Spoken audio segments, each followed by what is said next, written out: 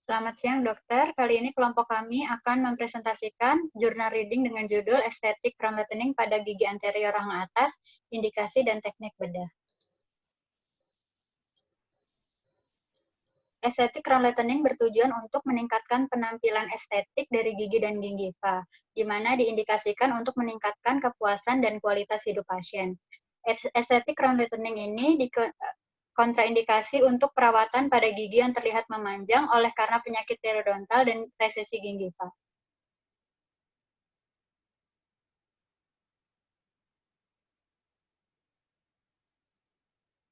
Tiga kasus utama yang dapat dilakukan perawatan crown lightening pada gigi anterior rahang atas. Yang pertama itu keadaan excessive gingival exposure atau biasa disebut dengan gummy smile, kondisi asimetris dari panjang gigi dengan margin gingiva, serta adanya pasif erupsi yang tidak sempurna atau short tip.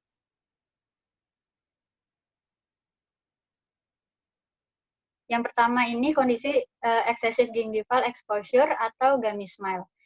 Kondisi tersebut dievaluasi dengan pemeriksaan ekstraoral, yaitu dengan menginstruksikan pasien untuk tersenyum. Gingiva yang berlebih diukur dari gigi anterior rahang atas sampai bibir atas saat pasien dalam keadaan tersenyum. Excessive gingival exposure terjadi pada seseorang yang memiliki garis bibir yang tinggi. Gingiva yang berukuran lebih dari 3 mili dari apikal ke margin gingiva gigi atas menyebabkan tampilan gummy smile seperti gambar di samping. Merupakan kondisi gummy smile sebelum dan setelah perawatan estetik crown lightening. Selanjutnya, kondisi asimetris dari panjang gigi dengan margin gingiva. Keadaan ini dievaluasi dengan pemeriksaan intraoral, yaitu membandingkan hubungan ideal margin gingiva dari gigi anterior rahang atas.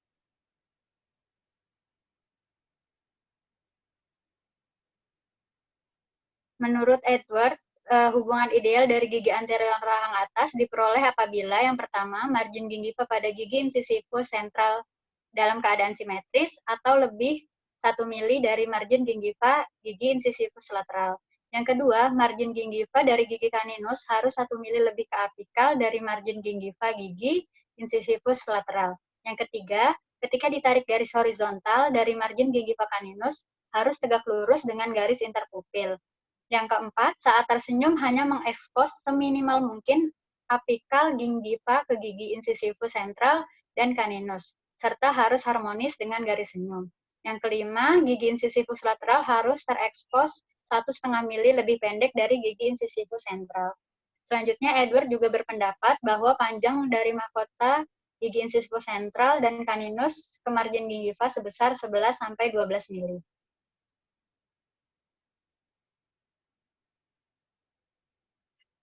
Selanjutnya, kondisi pasif erupsi yang tidak sempurna atau shorted, di mana pasien umumnya mengeluhkan tampilan gummy smile dan tidak menyadari bahwa sebenarnya mereka memiliki gigi yang pendek atau shorted hingga dilakukan pemeriksaan.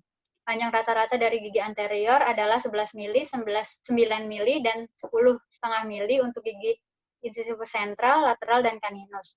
Pengukuran panjang gigi dapat dilakukan dengan penggaris atau probe periodontal.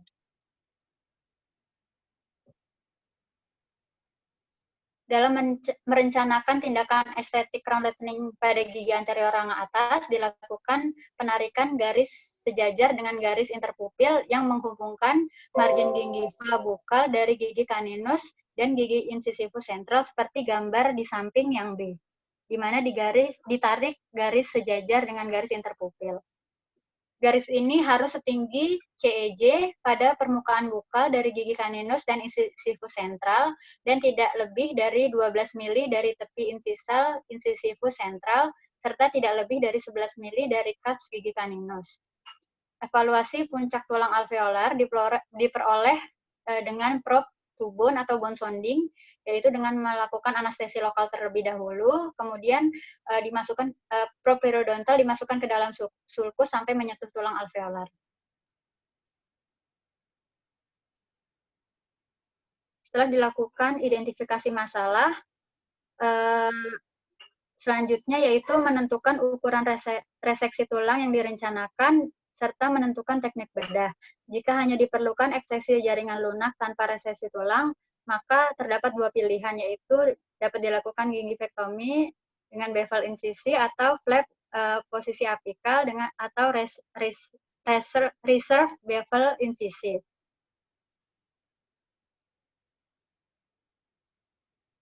Namun, jika puncak tulang alveolar kurang dari 3 mili dari margin gingiva, maka perlu dilakukan reseksi tulang dengan bedah full thickness flap. Selanjutnya akan dilanjutkan oleh Kayika. Baik, terima kasih atas waktunya. Di sini saya akan melanjutkan tentang teknik bedahnya. Jadi yang pertama itu adalah gingivektomi yang dilakukan dengan pisau bedah atau pisau Kirkland dan pisau Orban. Jadi di sini pisau ini merupakan pisau pemotong yang digunakan untuk membuat bevel incision yang memiliki sudut sekitar 45 derajat ke arah sumbu panjang gigi dengan arah apikokoronal. Dapat dilihat dari gambar nomor 4, di mana sini menggunakan pisau bedah, pisau Orban, yang di sini memotong gingiva yang akan dilakukan gingivektomi atau crown lengthening. Selanjutnya, yang kedua itu adalah flap yang posisikan seminimal mungkin pada daerah apikal. Jadi di sini dianggap sebagai perawatan yang tepat ketika yang diinsisi itu kecil dan tidak memerlukan adanya resesi tulang. Jadi flap ini memiliki keuntungan menjaga papila dengan cara membatasi insisi pada bagian mesial dan distal gigi di sudut buccal line. Dan keuntungan dari lainnya dari perawatan ini atau teknik bedah ini, jadi setelah bedah flap yang seminimal mungkin ini dapat melanjutkan dengan resesi tulang, lalu segera pada hari itu juga. Jadi jika kandungan tidak cukup, jauh dari margin gingiva, yang baru akan dibuat. Jadi sesuai dengan gambar nomor 5. Next. Lalu ketika memerlukan resesi tulang, jadi insisi pertama yang dilakukan itu sama seperti teknik bedah pada flap dengan posisi seminimal pada apikal. Dan kelebihan gingiva dihilangkan sebelum dilakukan full thickness flap untuk mengekspos tulang alveolar. Jadi insisi pada papila interproksimal merupakan bagian yang harus diperhatikan untuk menjaga estetika, sehingga terdapat pilihan untuk melakukan dua insisi vertikal kecil pada sudut garis gigi yang membutuhkan resesi tulang untuk meningkatkan minimal full thickness flap, seperti gambar di samping.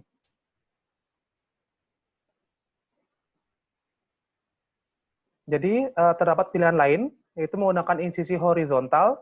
Di sini dia memiliki keuntungan untuk melindungi papila dengan caranya yaitu menghubungkan sudut garis dari garis mesial dan distal yang berdekatan dengan gigi, lalu di insisi horizontal tanpa memisahkan ujung papila dari dasar tulang.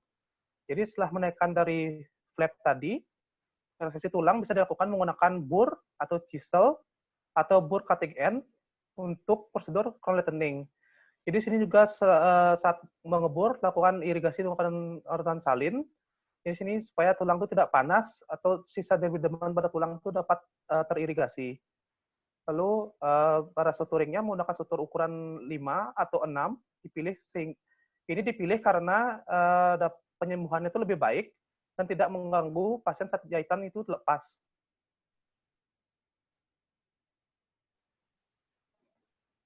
Lalu setelah prosedur pembedahan dilakukan instruksi pos tindakan bedah, yaitu yang pertama, pasien itu harus menghindari pergerakan jaringan yang berlebih selama masa penyembuhan. Jadi pada beberapa kasus tidak diperlukan pemberian obat antibiotik profilaksis dan pasien diberikan obat antiinflamasi non-steroid sebagai peredam rasa sakit.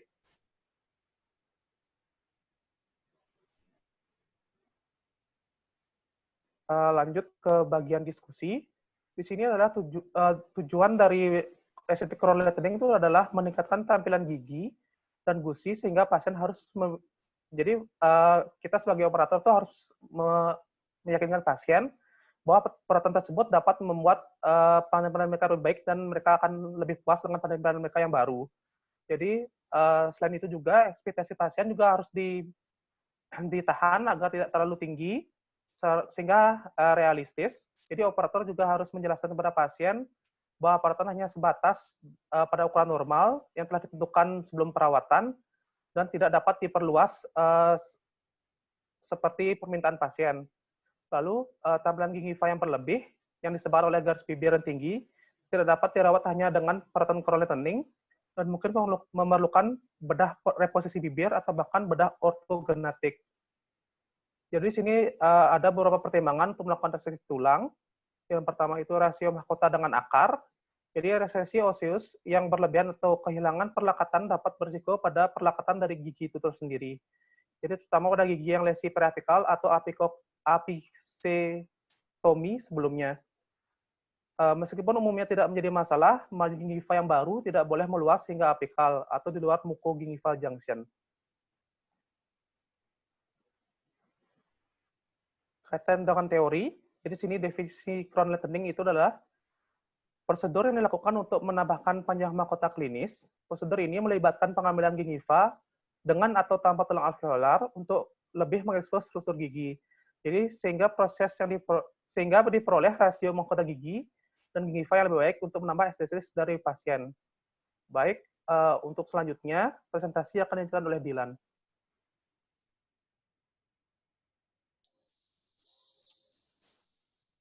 Ya, jadi dilanjutkan untuk klasifikasi crown lengthening itu ada klasifikasi tipe 1 di mana karakteristiknya jaringan lunak cukup untuk membuka jaringan gingiva tanpa mengekspos puncak tulang alveolar atau melewati biologic width.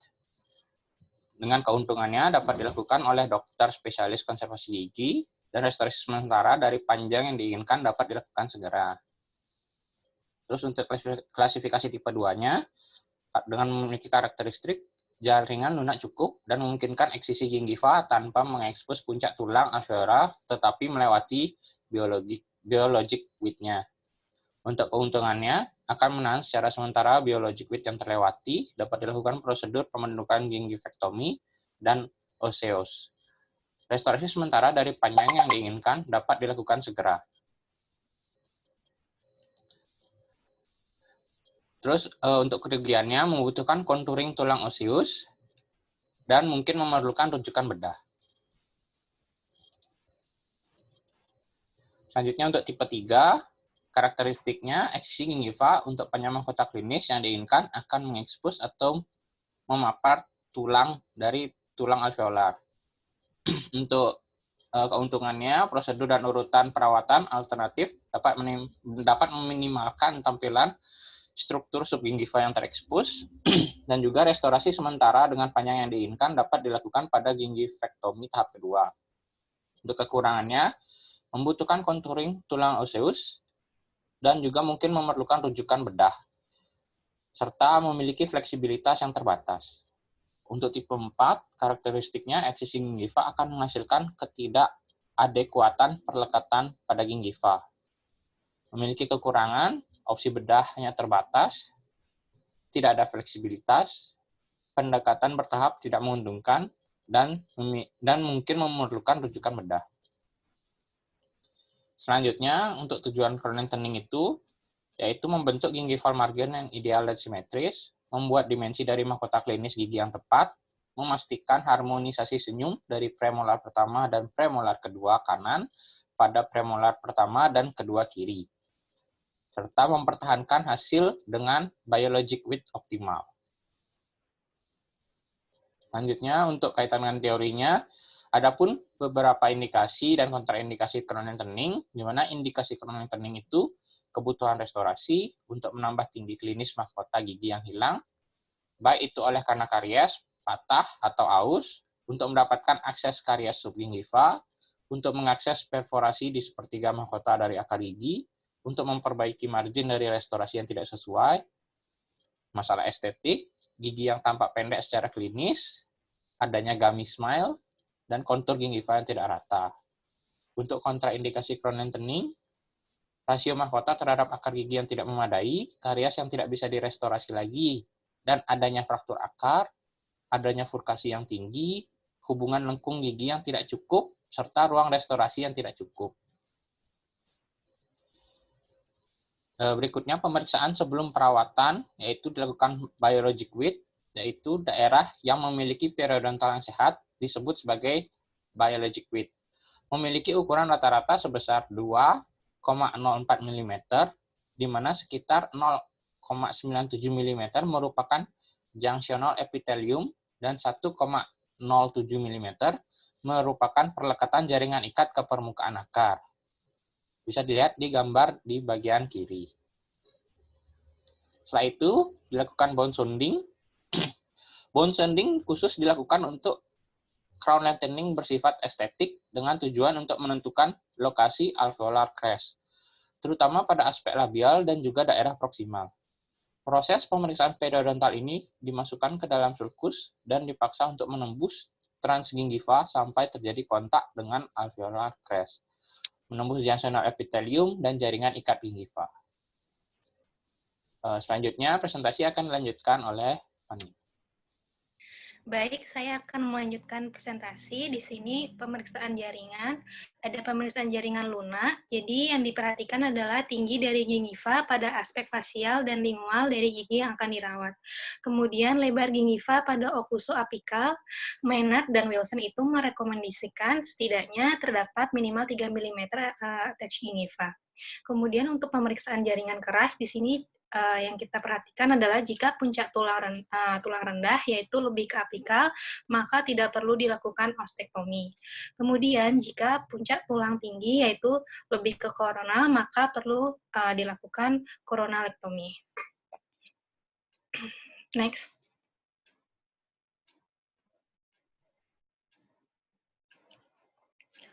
Kemudian teknik bedah, di sini terdapat beberapa teknik bedah dalam perawatan crown lengthening, yaitu pertama ada crown lengthening dengan gingivectomy external bevel. Di sini teknik ini dilakukan jika tidak terdapat kedalaman sulcus yang cukup dan jaringan berkeratin, sehingga insisi yang akan dilakukan tidak akan mengubah biological width atau dapat mengekspos tulang.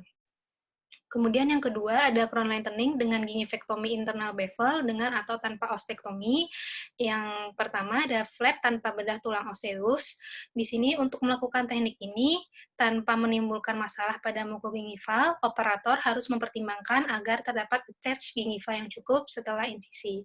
Kemudian yang B ada flap dengan bedah tulang osseus. Di sini merupakan prosedur yang umum dilakukan pada perawatan crown lengthening dengan membentuk flap mukoperiosteal. Kemudian tulang alveolar dikurangi dengan ostektomi dan osteoplasti menggunakan instrumen rotari dan chisel untuk mengekspos gigi. Next. Kemudian yang ketiga ada crown lengthening dengan apically positioned flap dengan atau tanpa ostektomi. Di sini teknik ini digunakan bersamaan dengan recontouring tulang, mungkin diperlukan untuk mengekspos struktur gigi, setidaknya sebanyak 4 mm dari struktur gigi terekspos saat perawatan bedah. Kemudian yang terakhir, kesimpulan dan saran di sini yang dapat kita simpulkan, berdasarkan hasil perawatan pada kasus ini, operator diharapkan mengetahui dasar pertimbangan dari pemilihan perawatan estetik crown lengthening dengan mempertimbangkan beberapa aspek seperti jaringan lunak, jaringan keras, serta pemilihan teknik yang tepat sesuai dengan kondisi gigi pasien. Perawatan ini mampu mengembalikan tampilan struktur mahkota gigi yang adekuat sehingga dapat menambah kepercayaan diri seseorang. Kemudian untuk saran, disarankan operator perlu mengevaluasi setiap kasus pada pasien untuk mengetahui apakah crown lengthening merupakan pilihan perawatan yang tepat. Pemilihan teknik yang tepat tergantung pada preferensi dan pengalaman pribadi operator. Namun, operator harus mengetahui semua teknik yang berbeda dan dapat mengubah atau memodifikasi prosedur bedah jika dibutuhkan. Terima kasih, sekian presentasi dari kelompok kami.